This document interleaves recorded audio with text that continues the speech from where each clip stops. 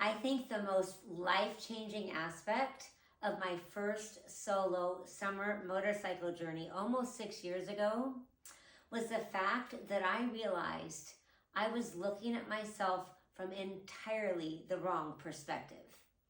During my 15,000 mile, 28 state journey, I began to see that even though I was traveling on my own, I was not alone.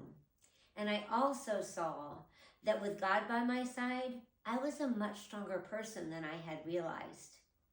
As I completed 2 Iron Butt Association certified rides and also navigated the technically challenging Dragon's Tail course, I began to have more confidence in my riding abilities and also to see myself more as a biker in my own right instead of somebody else's riding partner.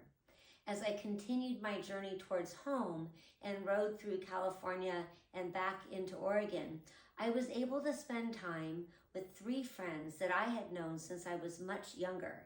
And in my conversations with these dear women, we talked about some of the more challenging aspects of my life, including my 2 divorces and my battle with throat cancer.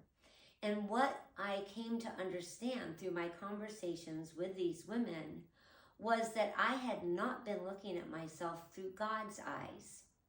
While I had been fixated on all of my failures, He saw the lessons that I was learning. When I was mired in feelings of shame and worthlessness, He saw the daughter whom He so deeply loved. And when I was filled with these feelings of despair and hopelessness, He knew that I had a hope and a future. You know, I was able to understand for the first time perhaps that while the past may have shaped who I was to some extent today, it did not need to define me. You know, we've all had things that perhaps we hoped hadn't happened in our past. But what I have learned is that we can all choose to decide how we want to move forward from today and beyond with God in our lives. I like to call this learning to live at full throttle. What would you do if fear was not your first thought?